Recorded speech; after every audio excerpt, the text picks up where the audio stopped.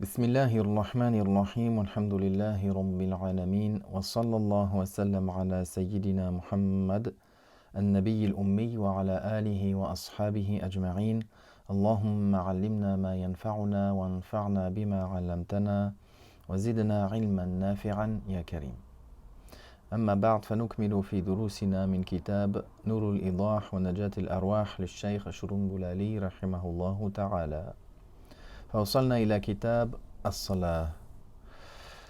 Nous continuons dans notre cours à partir du livre Nurul Idah wa Najat al-Arwah du Cheikh Shurunbulali rahimahullah ta'ala. Nous sommes arrivés dans le chapitre de la prière.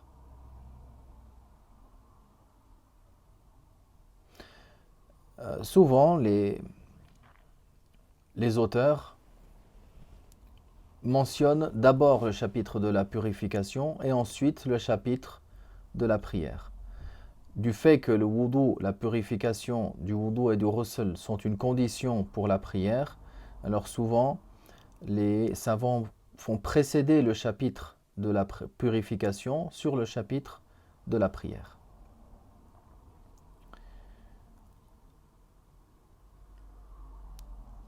فقال رحمه الله شروط فرضيتها.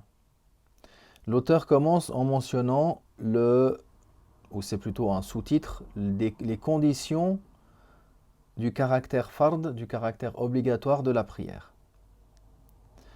قال رحمه الله يشترط لفرضيتها ثلاثة أشياء الإسلام والبلوغ والعقل. Il mentionne que les conditions pour que la prière soit un devoir sont au nombre de 3. L'islam, la puberté et la raison. L'islam, car la prière du non-musulman, la prière du mécréant, n'est pas valable. Et Shurunbulali, rahimahullah, il est de parmi les savants qui favorisent l'avis concernant le mécréant, qui n'est pas sujet aux ramifications de la loi, mais seulement à la foi. Est-ce qu'il a cru ou il n'a pas cru? Et ça, c'est des questions de usul, donc dans les fondements. Est-ce que le mécréant, il est reproché dans l'au-delà pour avoir délaissé la foi et également les ramifications, la prière, le jeûne, etc. Ou il va seulement être reproché concernant la foi. Est-ce qu'il a cru en Allah et en son messager ou non? Il y a divergence à ce sujet-là. Il mentionne également le boulour, la puberté. Donc la prière de l'enfant n'est pas une obligation sur lui, sur l'enfant, ce n'est pas obligatoire, ce n'est pas un devoir qu'il accomplisse la prière. Et également la raison, le fou également n'est pas reproché concernant son état de folie, les choses qu'il fait ou qu'il ne fait pas durant son état de folie dans ce bas monde. وَتُؤْمَرُ بِهَا الْأَوْلَادِ لِسَبْعِ سِنِينَ. Donc on a mentionné que l'enfant, il n'est pas une condition, ou plutôt il n'est pas une obligation, il n'est pas un devoir sur lui d'accomplir la prière tant qu'il n'est pas pubère, mais ses parents lui ordonnent d'accomplir la prière dès lors qu'il a l'âge de 7 ans. Qu'il s'agisse du garçon ou qu'il s'agisse de la fille. On retrouve souvent dans les adab islamiques l'importance d'enseigner à l'enfant certaines choses bien avant qu'il soit pubère. Ce n'est pas lorsqu'il devient pubère qu'on va lui dire qu'il doit prier, qu'on va l'inciter à faire la prière, qu'on va lui enseigner les jugements, etc. Non, l'enfant grandit sur une éducation saine, sur une éducation religieuse dans laquelle il apprend dès son jeune âge, quand il est en âge de comprendre, il commence déjà à apprendre les jugements du ghusl comme on l'a mentionné. Comment faire le ghusl qui est recommandé. Et après, on lui enseigne également le ghusl qui est obligatoire, c'est-à-dire lorsqu'il lui arriveront certaines choses, une fois qu'il sera pubère, qui rendront ce ghusl obligatoire. Là, la même chose, l'enfant également, on l'éduque et on l'élève dans les principes de la religion, en lui enseignant, en lui apprenant et en lui ordonnant de faire la prière dès lors qu'il a l'âge de 7 ans. Et cette chose-là également, on la retrouve dans le chapitre du jeûne.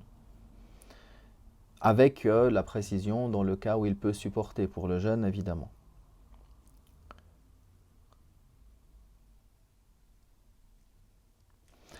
وَتُضْرَبُ عَلَيْهَا لِعَشْرٍ بِيَدٍ لَا بِخَشَبَةٍ. Il mentionne ici que dès lors qu'il a 10 ans et que cet enfant-là, il a 10 ans et qu'il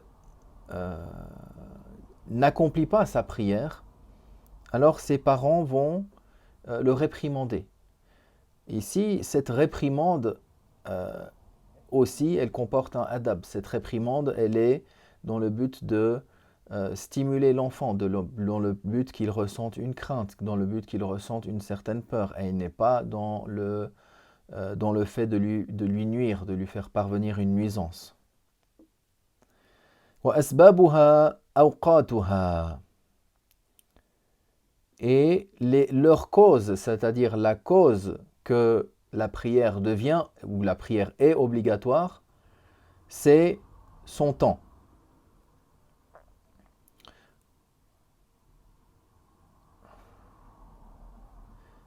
C'est-à-dire les causes qui sont apparentes. Ici, lorsqu'il parle des causes, la cause qui fait que Dhuhr est obligatoire sur la personne, c'est l'entrée du temps. Avant que le temps de Dhuhr ne soit rentré, cette prière-là du Dhuhr n'a pas encore elle n'est pas encore valable. Il n'est pas encore valable de l'accomplir. Donc la cause de cette prière, c'est son temps.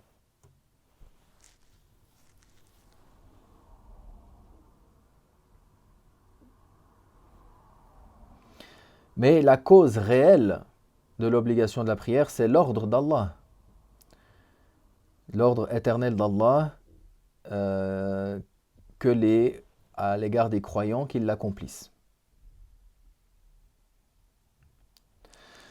وَتَجِبُ بِأَوَّلِ الْوَقْتِ وُجُوبًا مُوَسَّعًا. Il mentionne que accomplir la prière, ça devient sur lui obligatoire au début du temps d'un temps élargi.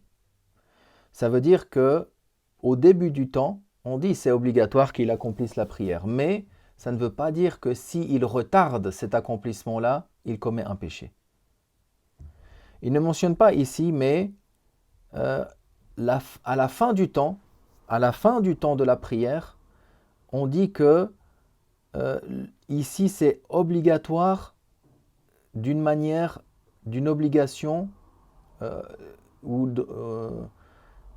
que c'est obligatoire et que c'est restreint. C'est-à-dire que à ce moment-là, la personne n'a pas le droit de délaisser, de se préoccuper de la purification et de la prière, dès lors qu'il ne lui reste du temps de cette prière qu'un temps pour accomplir la purification et la prière. S'il est dans ce temps-là, on dit qu'il a une obligation, qu'il est dans le temps, qu'il est à la fin du temps et qu'il a l'obligation de l'accomplir d'une manière restreinte, c'est-à-dire sans possibilité de retarder. Parce que si dans cette situation-là, où il ne lui reste du temps de la prière que le temps de faire la purification et la prière, alors il commet un péché par le fait de délaisser, de se préoccuper de cela. Tandis qu'au début du temps, l'obligation qu'il accomplisse cette prière est étendue. Il peut la retarder de 1 heure, 1 heure ou 2 heures en fonction du temps et de la durée du temps de la prière.